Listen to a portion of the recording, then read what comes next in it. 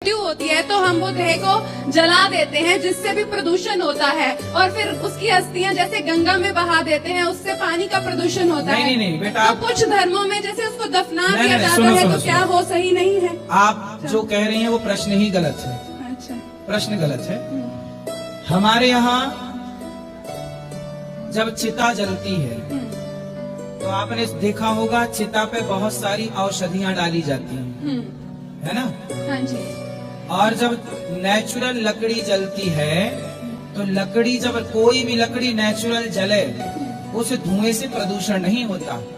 जैसे चिता पे गाय के गोबर का कंडा डाला जाता है। क्या डाला जाता है? ओपले, गोबर का कंडा, सूखा हुआ गोबर। हाँ।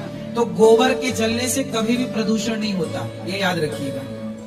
प्रदूषण गाय के गोबर के जलने से नहीं होता। चिता पे गोबर और लकड़ी दोनों होती है, और बहुत सारी औषधियां, विशेष रूप से कपूर उसमें डाला जाता है, और कपाल मोचन क्रिया में घी डाला जाता है ताकि प्रकृति दूषित ना हो।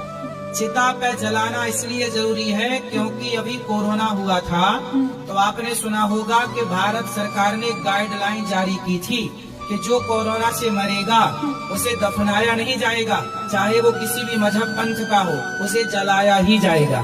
सुनी थी ये गाइडलाइन की नहीं? बिल्कुल बिल्कुल। क्यों? आप बताओ क्यों? क्योंकि वो जमीन पर, क्योंकि कोरोना का मरीज यदि जमीन पे गाड़ा जाएगा तो कोरोना के बैक्टीरिया जमीन के अंदर है, कोई और यदि वहाँ से गुजरा तो संपर्क में दूसरा आ सकता है, लेकिन जला दिया जाएगा तो खत्म हो जाएगा कोरोना बैक्टीरिया। इसलिए जलाना ही सबसे बड़ा विज्ञान है। वाह गुरुजी, वाह गुरुजी की जय। अगर तुम लोग नए हो तो सब्सक्राइब करो, वो जो लाल वाला बटन है उसके साथ स्कैम करो या फिर महफिल जमाओ, मुझे नहीं पता, बस क्लिक हो जाना।